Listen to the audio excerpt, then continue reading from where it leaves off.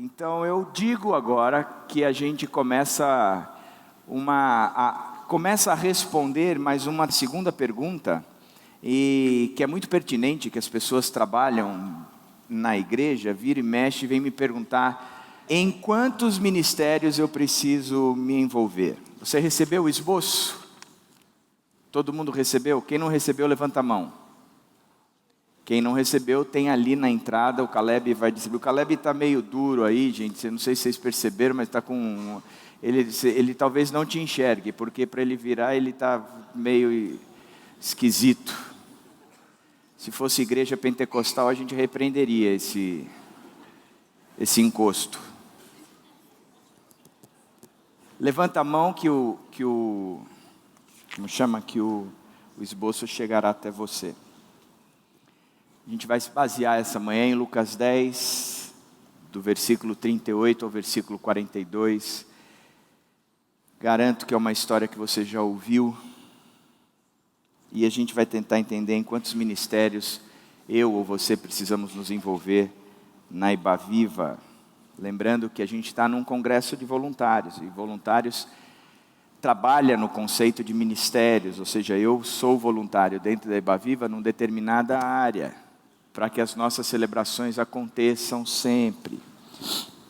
Então vamos lá, o texto diz assim: caminhando Jesus e os seus discípulos chegaram a um povoado, onde certa mulher chamada Marta o recebeu em sua casa. Maria, sua irmã, ficou sentada aos pés do Senhor, ouvindo a sua palavra. Marta, porém, estava ocupada com muito serviço, e aproximando-se dele, perguntou: Senhor, não te importas que minha irmã tenha me deixado sozinha com o serviço? Diz-lhe que me ajude, respondeu o Senhor. Marta, Marta, você está preocupada e inquieta com muitas coisas, todavia, apenas uma é necessária. Maria escolheu a boa parte, e esta não lhe será tirada.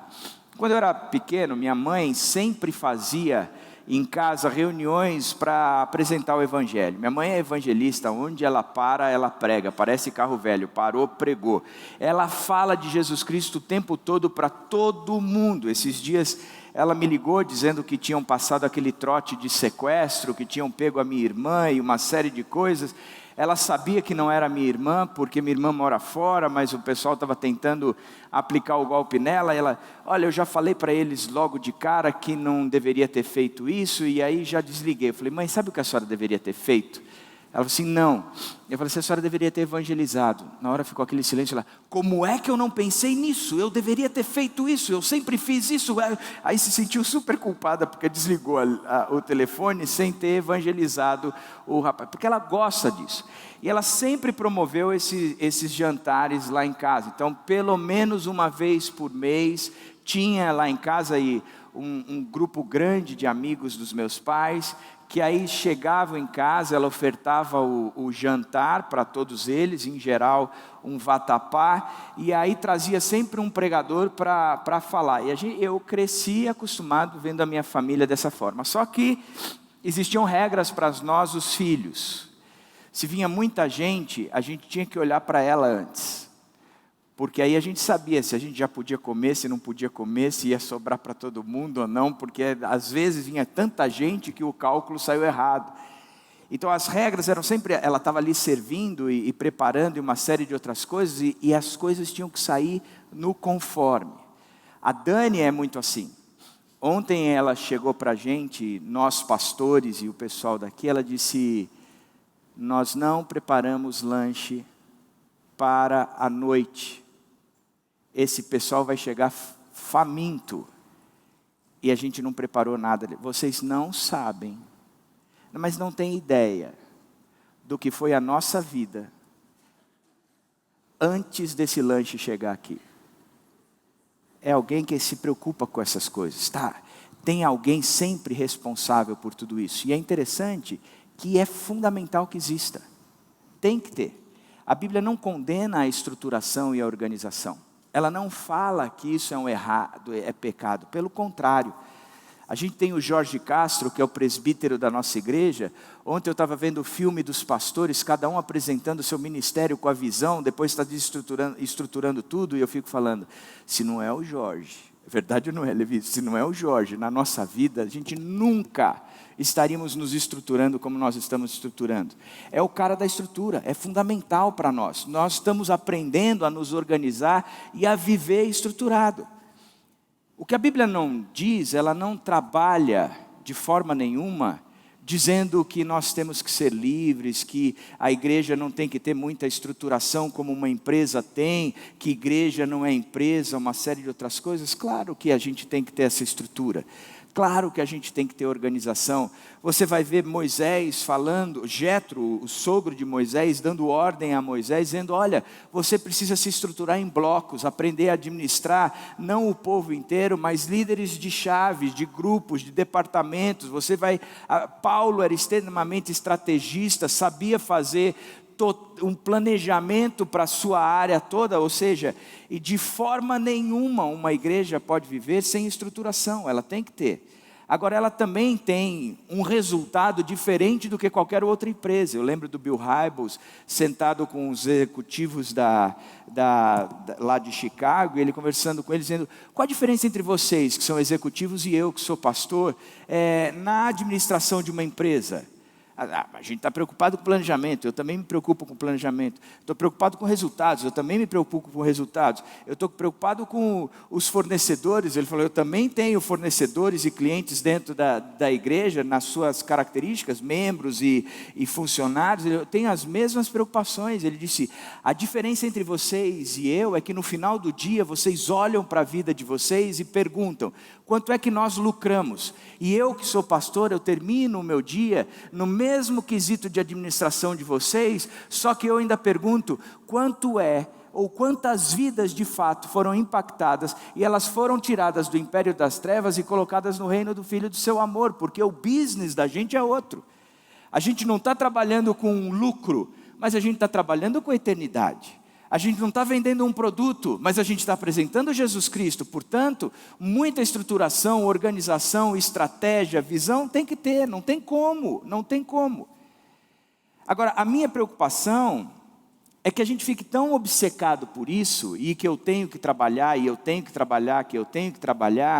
que a gente entre num ativismo sem fim, num ter que fazer, sem parar para pensar no ser. Por isso, eu começo com a conclusão do texto. Eu vou começar de trás para frente. O texto diz assim: Maria escolheu a boa parte, e esta não lhe será tirada. Você entendeu a história que a gente leu? 2 irmãs receberam Jesus Cristo em casa. E quando elas receberam, uma irmã começou a se preocupar: o cara está dentro de casa. Ele tem dividido reinos, ele tem gerado tumulto. Onde o povo vai, ele sempre está amontoado de gente em cima dele. Ele é hoje em dia a maior celebridade, o top 10 do mundo, cara. Eu vou chegar este cara dentro de casa, eu vou receber da melhor forma. E ela sai lá arrumando a casa, colocando a mesa, os talheres na disposição certa, que eu nunca sei qual que é a disposição certa, os copos, o cara quer dizer, copo de água, de vinho, de champanhe, cara, põe a coisa aí que eu vou beber de qualquer jeito, eu não tenho essa, mas aí põe os copos. Eu lembro da minha mãe colocar minha irmã mais velha para fazer um curso de etiqueta, com uma chamada Cristiane Ufon, até hoje eu não esqueço o nome dela. Eu achei o dinheiro mais mal investido da minha família até hoje, porque quem conhece minha irmã fala que não funcionou de nada. Mas existiam as etiquetas de como sentar, de como andar com o guarda-chuva. Aí arruma toda a casa, e ela está correndo, e a Maria, a outra irmã, está sentada aos pés de Jesus, ouvindo o que Jesus tinha para ensinar. E aí Marta corre para um lado, corre para o outro, corre para um lado, olha a água no feijão, coloca a mesa, separa, estica e troca e fala: não, isso não está bom, ajeita o vaso de flor. E aí olha para a irmã e diz: ô Jesus, tem alguma coisa errada aqui. E o que está errado aqui é que o senhor está errado aí. Porque o senhor está vendo a minha irmã sentada, enquanto eu estou aqui fazendo um monte de coisas. O senhor deveria dizer para ela que se levante e que venha me ajudar. E aí Jesus responde: Maria escolheu a boa parte, e esta não lhe será tirada, enquanto você, Marta, está agitada, correndo de um lado para o outro. A nossa sociedade, ela valoriza muito mais o fazer do que o ser. Todos já devem ter ouvido alguma frase do tipo: fulano só fala, mas não faz nada. é bom de gogó, é um cachorro que late muito, mas não morde nada e coisas parecidas. Frases como essas, elas demonstram que a nossa preocupação está em muito mais em distinguir as pessoas por aquilo que elas fazem, produzem e trazem de resultado, do que simplesmente por aquilo que elas são. Essa linha que divide o fazer do ser, ela não é mais do que uma continuação da internalização de uma visão de um mundo perpetuada por uma formação social onde os seres humanos, eles valem muito mais pelo que produzem do que pelo que são. Onde os seres humanos, eles não vivem por sobreviver porque são alguma coisa. Eles vivem por sobreviver porque se tornaram instrumentos de produção. São pessoas que geram lucro, que o servir dele está trazendo resultado o tempo todo. Hoje em dia não se sobrevive por ser por ter caráter, por ter uma personalidade firme, forte, por ser um conhecedor da Bíblia, por conhecer a Bíblia e aplicar na sua vida de fato. Mas por ser um ser humano, por produzir, por estar produzindo, que bate metas, que traz resultados, que cumpre com as tarefas, que de fato realiza as coisas que nós esperamos que sejam feitas, em detrimento daquilo que ele é, em detrimento da sua própria família, em detrimento do seu conteúdo. Quantos de nós já não vimos grandes executivos, altos executivos, ganhando o mundo inteiro, mas perdendo a própria família? Trazem grandes resultados para dentro da empresa, mas são um fracasso dentro de casa. O problema é que fazer acaba sendo uma pressão imposta pela sociedade. E nos tornamos, uma palavra que o Levi gosta muito, fazedores.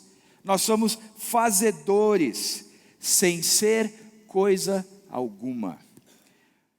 Mateus 16, 24, 26 diz assim: então Jesus disse aos seus discípulos: se alguém quiser acompanhar-me, negue a si mesmo, tome a sua cruz e siga-me. Pois quem quiser salvar a sua vida, a perderá, mas quem perder a sua vida por minha causa, a encontrará. Pois que adiantará o homem ganhar o mundo inteiro e perder a sua alma? Ou o que o homem poderá dar em troca da sua alma? O que adianta, ou o que ganhará o homem em ganhar o mundo inteiro e perder a sua alma? Eu gosto dessa afirmação de Jesus porque me traz uma certeza absoluta. O sucesso, segundo a Bíblia, não tem a ver com as conquistas que você faça nesse mundo, mas tem a ver com a salvação da sua alma. Aquilo que você é para com Jesus e não aquilo que você faz.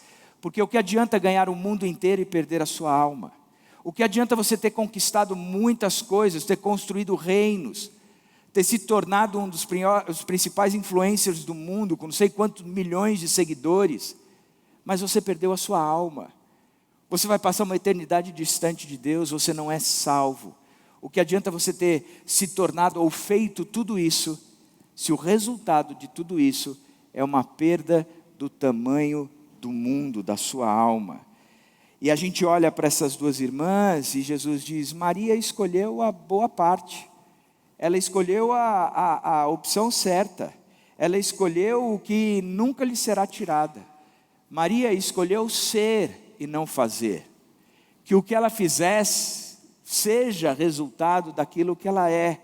O interessante desse texto de Jesus é que em nenhum momento ele vem falar contra o fazer, mas ele fala da escolha de Maria na opção de ser. Ela preferiu gastar, ser devota, conhecer a Jesus Cristo profundamente, do que sair num ativismo sem fim, desenfreado.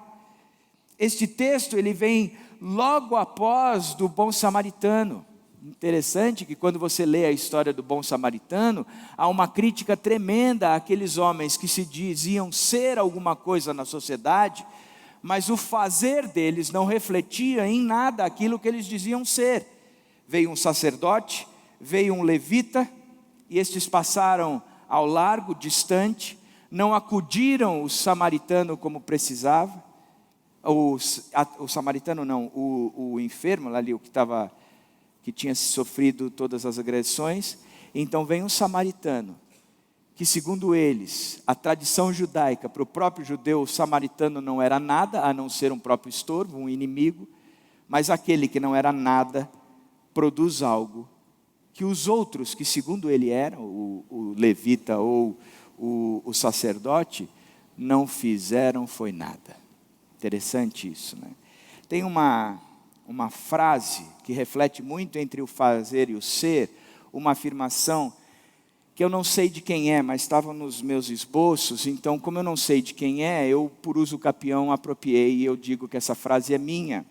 E a frase diz o seguinte: hoje em dia...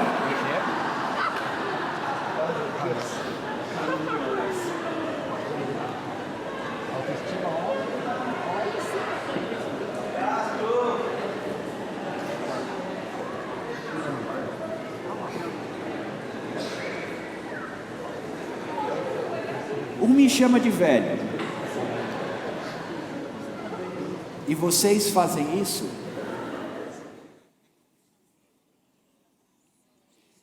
Hoje em dia, não se sobrevive por ser um ser humano, mas por produzir, por ser um instrumento de produção e de lucro. Essa visão do mundo assentada nas relações sociais é reproduzida ao valorizarem a produção, o fazer em detrimento do ser.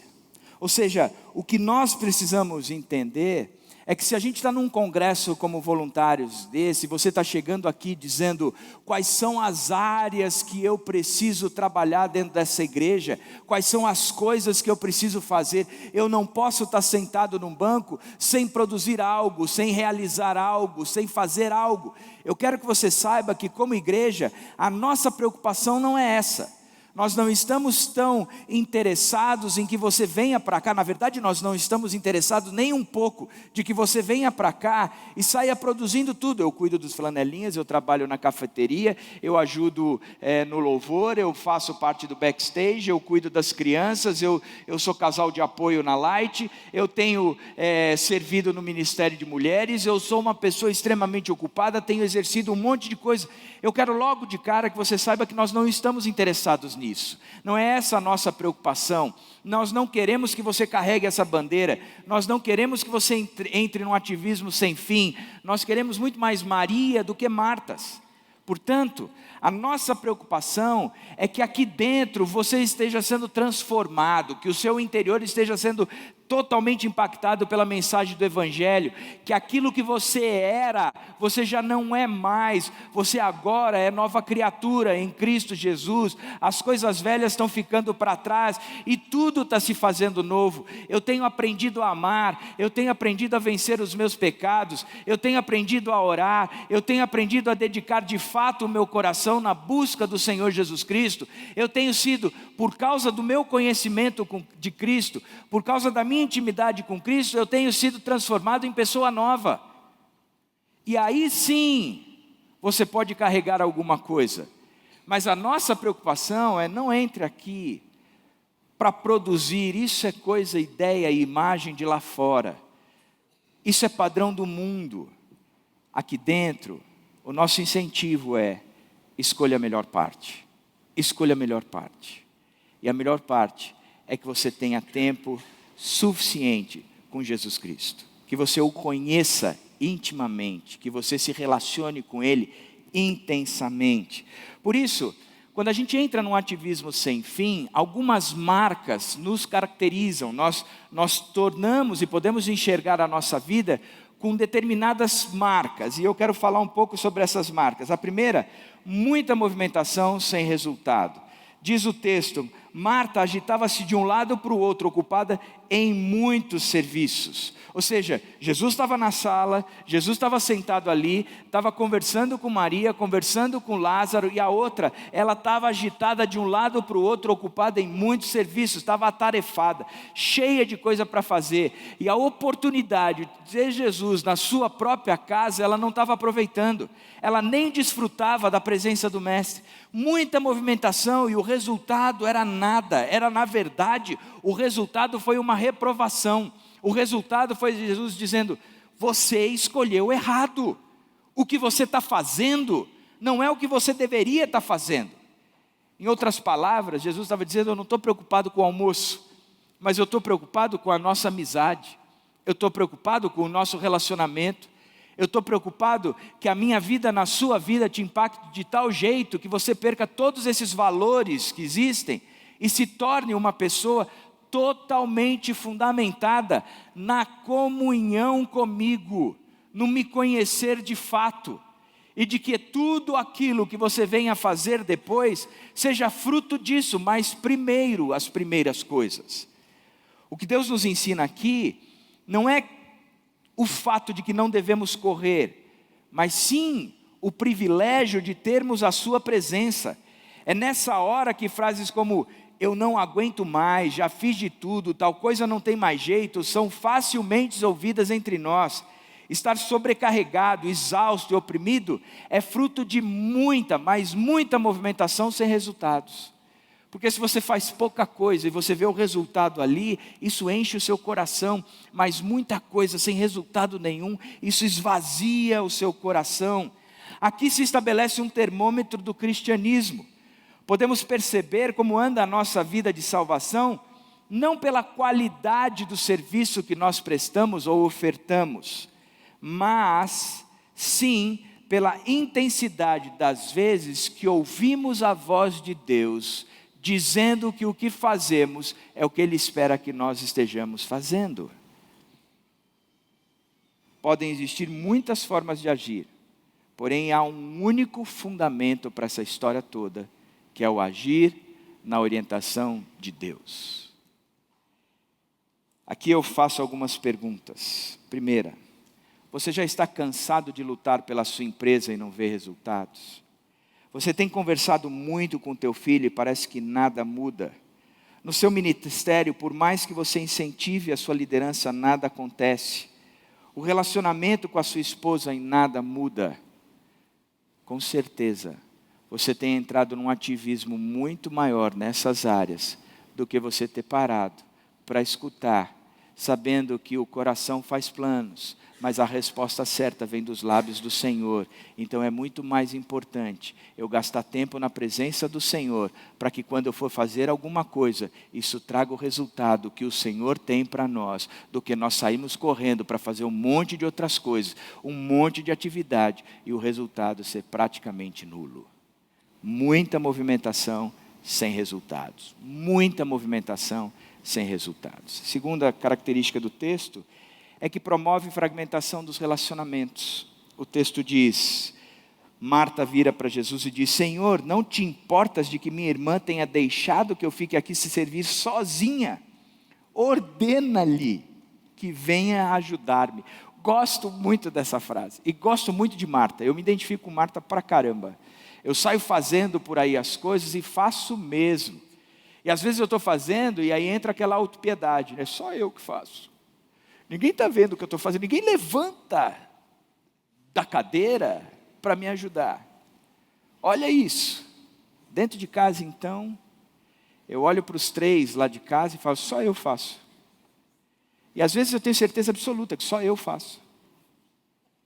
Sou tão centrado em mim mesmo que a maneira de enxergar é só eu estou fazendo.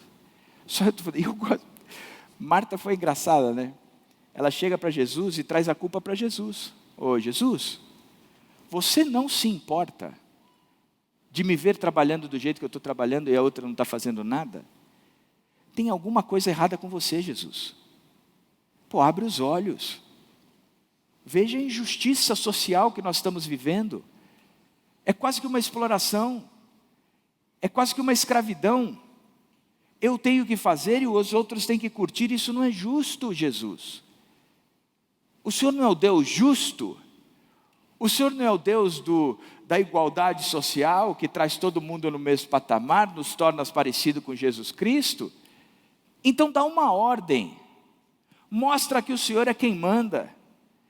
Diz aí que ela está errada. Se movimente, Jesus. Porque eu estou aqui trabalhando e ela não está trabalhando.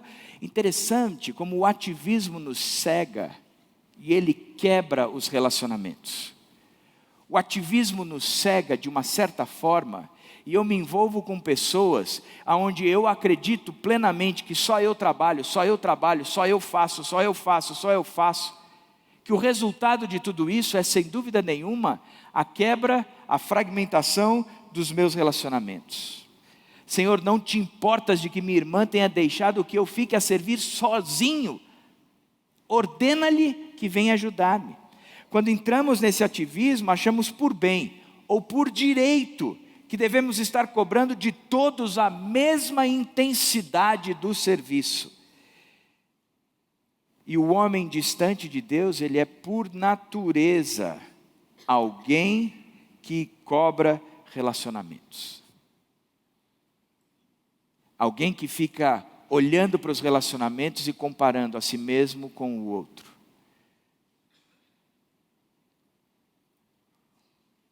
Interessante lá no Éden, que o pecado ele traz uma destabilização para com o próximo. Já parou para pensar nisso? Quem foi que disse que você estava nu? Eu disse, foi a mulher que o Senhor me deu. Mais uma vez, a culpa é colocada em Deus e no próximo. Da mesma forma como Marta. A culpa é colocada em Deus e em Maria. Da mesma forma como Marta fez, Adão fez. A culpa é do Senhor Deus. Eu estava tão sossegado aqui no Éden, tão sossegado no Éden. O Senhor tinha me dado toda a terra para cultivar, para fazer multiplicar esses animais todos, para arar. Eu estava aqui tão sossegado, aí o Senhor aí no seu trono olha para mim e diz, não é bom que o homem esteja só. Eu vou fazer uma auxiliadora que lhe corresponda. Eu não pedi isso, Deus, eu não pedi. Eu estava bem. Eu estava bem. Eu gosto do elefante. Eu gosto do cachorro. Eu gosto da girafa. Eu gosto do rinoceronte, eu gosto da anta, Deus, eu gosto da anta. Mas o Senhor olhou para mim e disse, não está bem que ele fique só. Eu tinha o Senhor, nós nos relacionávamos intensamente, nós nos dávamos super bem, mas o Senhor olhou e disse, não é bom que o cara esteja só. Me dá um sono, tira uma costela. Aí eu olhei e falei, opa, essa é sim, mas durou pouco. Durou pouco. Bastou um tempinho de convívio. Estou eu ralando pra caramba, lá em casa, trabalhando a beça. O que ela está fazendo? No jardim, olhando para o fruto. E ela viu que o fruto era saboroso, deveria ser. Ela viu que o fruto era atraente, deveria ser. Ela viu que o fruto dava inteligência, deveria dar. Por que ela não estava em casa lavando a roupa? Não fez isso. O que ela foi fazer? Compras. Estava no shopping center com a árvore lá no meio, bonitona, comprou o que não devia, como sempre, estourou o cartão. E aí o que acontece? Vem o Senhor para mim, dizendo, o que é que aconteceu? A culpa não é minha, Deus. A mulher que o Senhor me deu. A partir dessa frase, o relacionamento de Adão com Deus, o relacionamento de Adão com Eva, desestruturou-se por completo. Muito ativismo, sem a essência do relacionamento com Deus, sem a melhor parte, a boa parte. Numa reunião de oração, o que acontece é uma enxurrada de pedidos pelos outros. Eu peço pelo meu marido, que não tem mais jeito. Eu peço pelo meu filho, que não consegue mais nada. Eu peço pela minha sogra, que não morre. Eu peço sempre para os outros. Mas você não vê uma pessoa chegando num grupo pequeno e dizendo, eu preciso pedir por mim mesmo, porque o meu coração é duro. E eu tenho escutado do Senhor que eu preciso ter um coração de fato humano, transformado pelo Senhor Jesus Cristo, que ama o próximo, e eu não tenho amado. Porque com uma máscara de espiritualidade, a gente distribui pedidos para os outros, porque nós vivemos um ativismo sem fim, sem fim.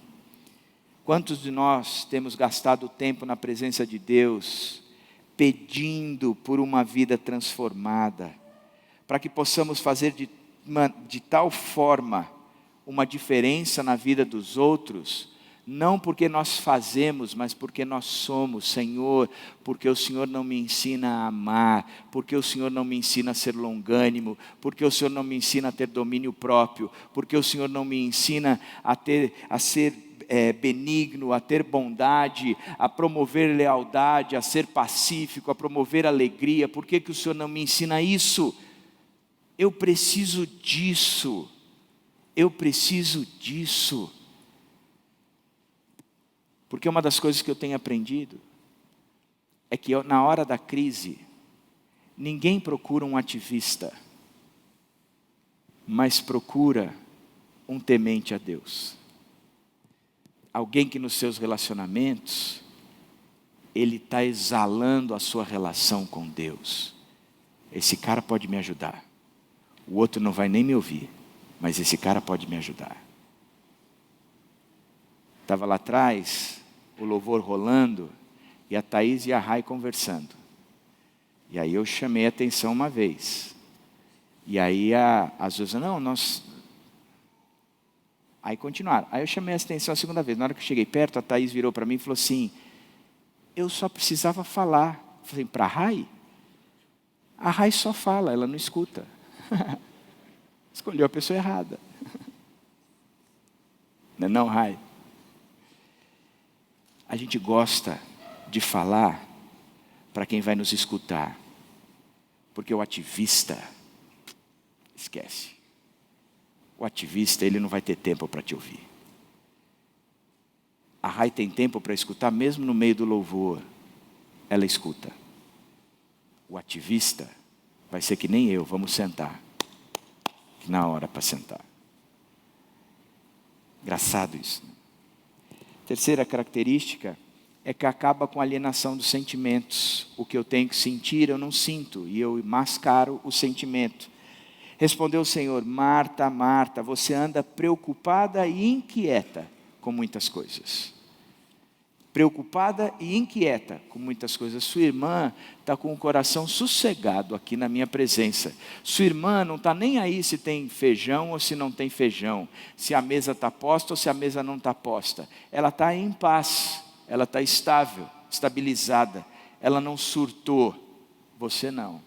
Você anda inquieta, correndo preocupada por um lado e para o outro. Interessante.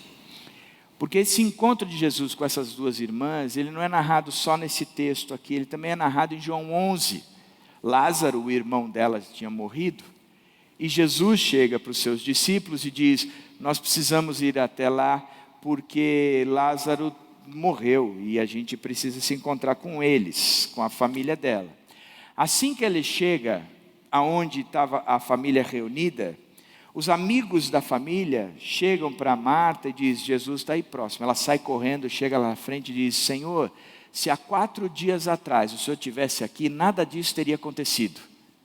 Meu irmão teria sido curado pelo Senhor, o que nós estaríamos celebrando aqui não tem nada a ver com a morte, seria a restauração da vida, o conserto da vida. Então o que eu estou dizendo para o Senhor é, se há 4 dias atrás o Senhor estivesse aqui, nada disso teria acontecido. E aí Jesus vira para ela e diz, eu sei, mas eu sou a ressurreição e a vida, aquele que crê em mim, ainda que morra, viverá. E ela entra numa discussão teológica, na verdade escatológica, ela vem discutir os finais dos tempos. Eu sei que o Senhor no final dos tempos vai ressuscitar todo mundo. A irmã Maria, aí Marta deixa Jesus, vai para casa e diz, Jesus está ali, ó, e ele quer falar com você. Maria sai correndo, chega aos pés de Jesus e diz a mesma coisa que Marta disse. Se há 4 dias atrás o Senhor tivesse chegado aqui, nada disso teria acontecido. E ela começa a chorar. Não fala mais nada, só chora. Porque o momento era um momento de dor. O irmão tinha morrido. Não era um momento de trazer especulações ou mascarar a sua própria dor, o seu próprio sentimento, a sua tristeza, como se tivesse tudo bem, a tal ponto que eu consigo dialogar, eu consigo discutir, eu consigo trazer o conteúdo, inclusive da escatologia, de dizer dos finais do tempo que está acontecendo. Ela chega ali e diz: este é o momento de dor, eu estou triste, eu estou magoado, eu estou chateado, eu perdi meu irmão, o senhor poderia ter estado aqui há 4 dias atrás, nada disso aconteceria, mas eu estou aqui em frangalhos, eu não tenho nem o que falar, eu simplesmente vou chorar. E chora, chora, chora. E aí Jesus diz que pede para que o levem até a sepultura. Na sepultura ele manda tirar a pedra, mas antes disso diz que Jesus chorou.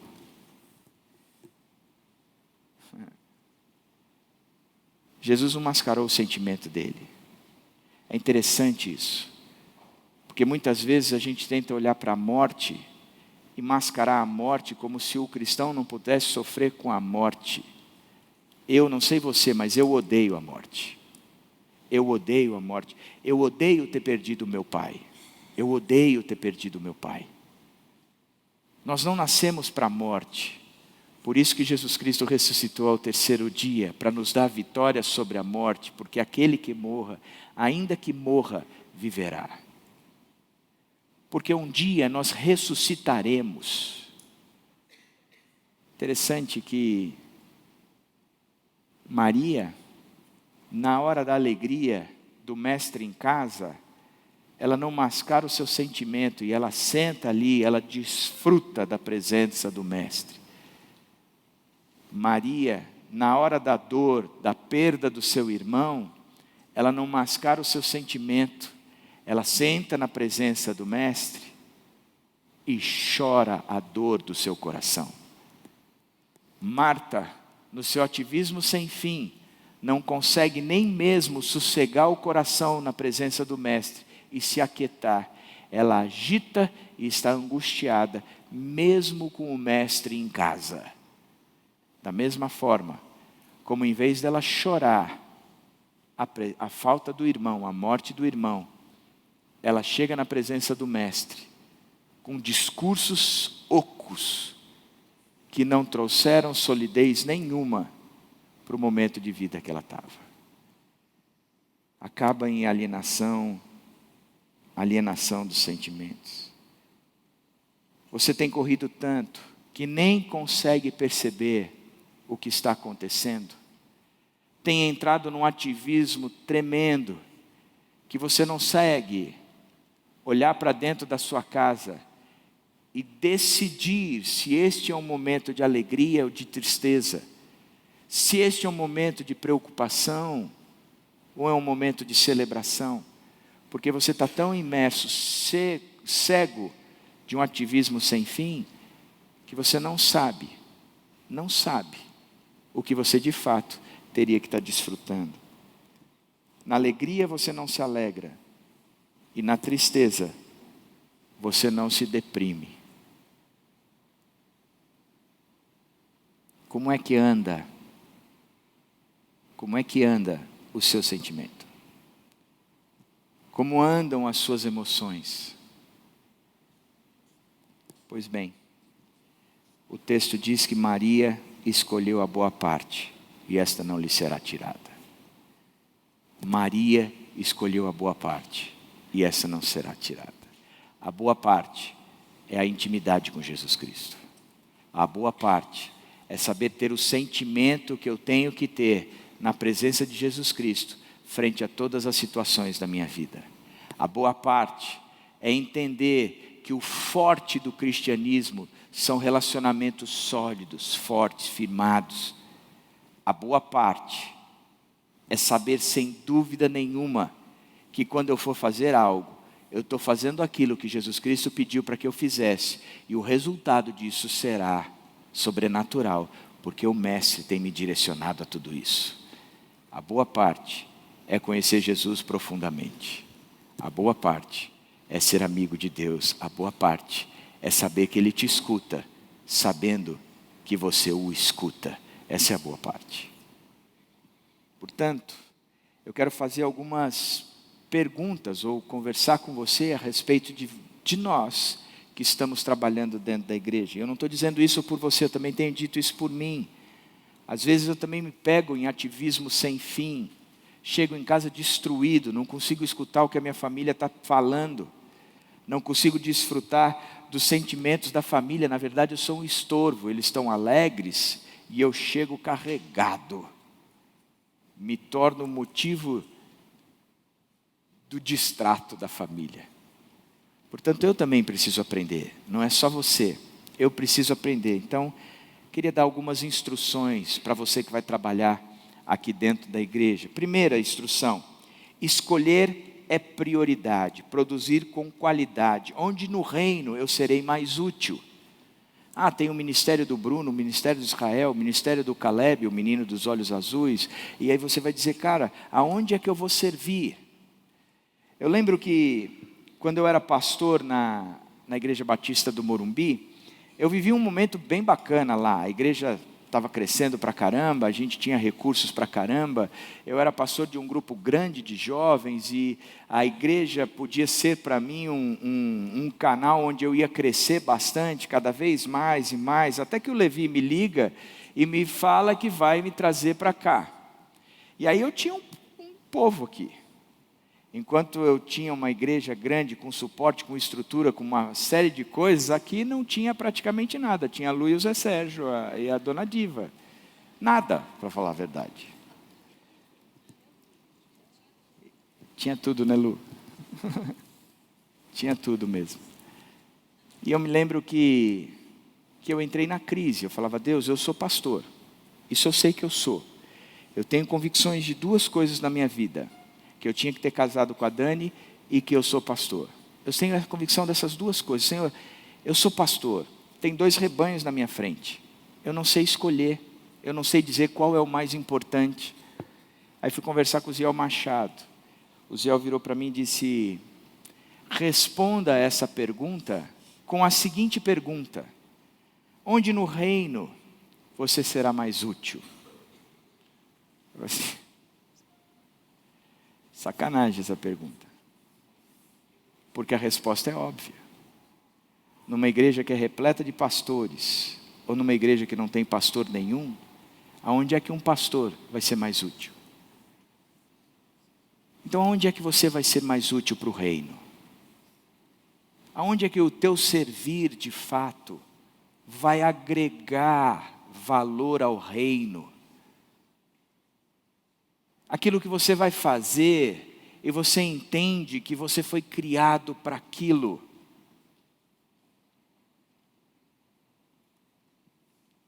Escolher é prioridade, porque aí você vai produzir com qualidade. Vai produzir porque você sabe que você é feito para aquela tarefa. Talvez seja ser flanelinha e brilhar a cruz de Cristo lá fora. Talvez você saiba que conduzir alguém que está chegando pela primeira vez.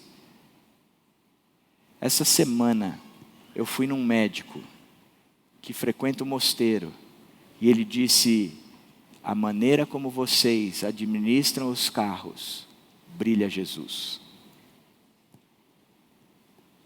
No reino, a gente é útil nisso.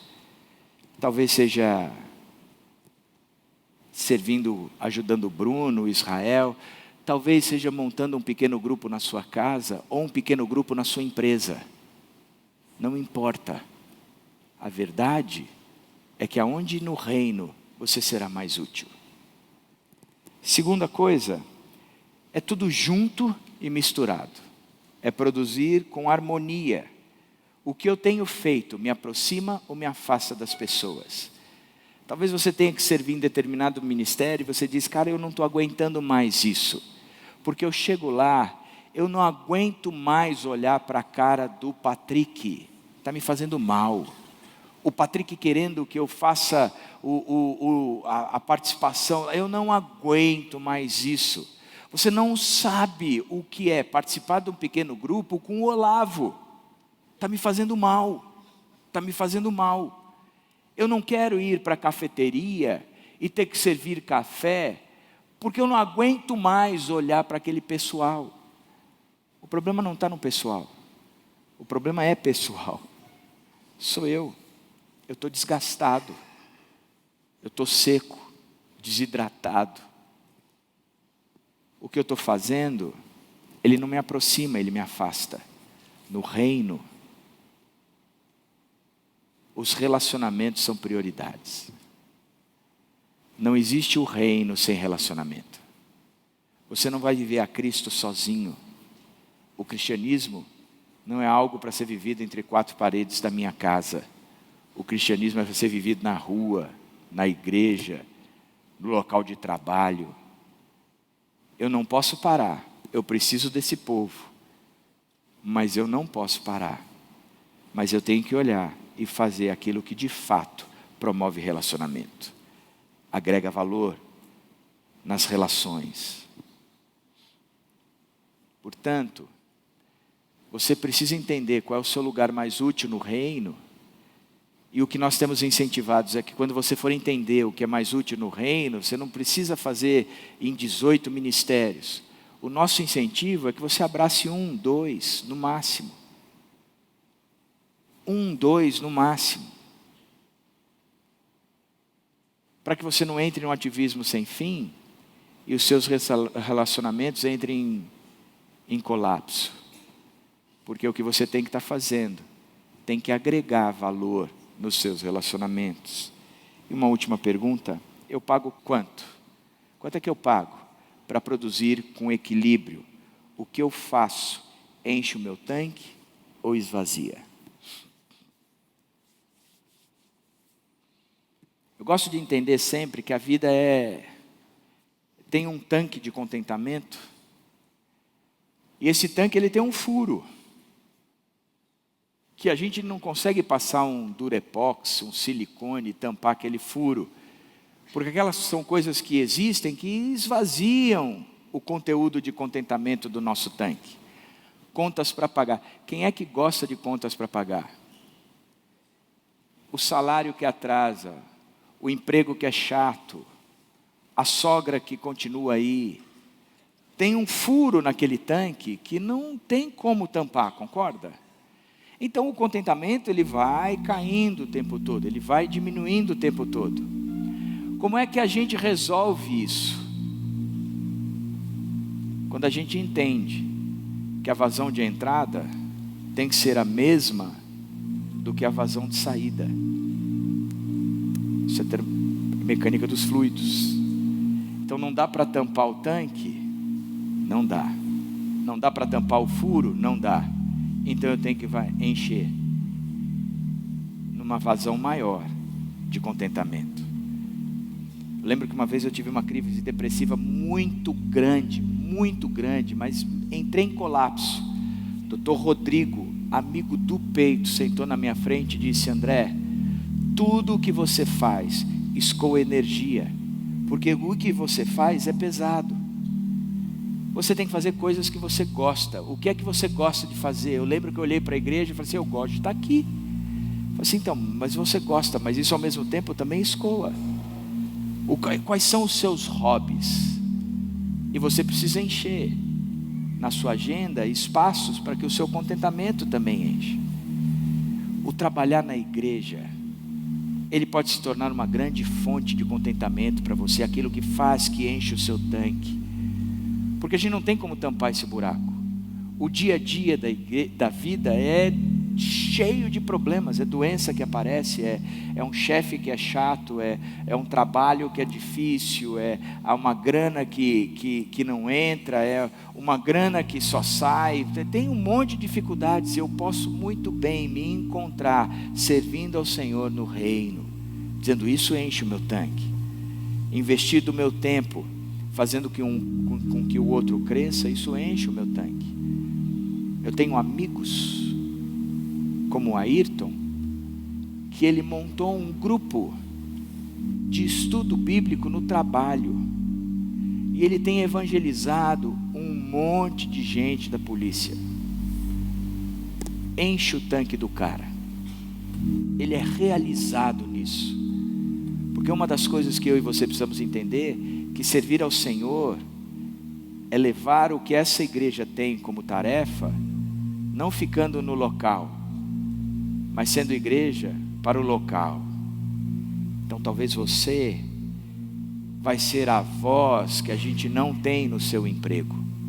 E talvez você comece um grupo pequeno no seu emprego, onde o evangelho está sendo pregado de forma clara e os teus colegas estão sendo impactados de forma clara. Isso vai encher o seu tanque. Isso vai te trazer muito de alegria. Você vai chegar aqui, você vai fazer como o Ayrton, você trabalha nos flanelinhas. Mas ele tem um peso sem medida aonde ele está.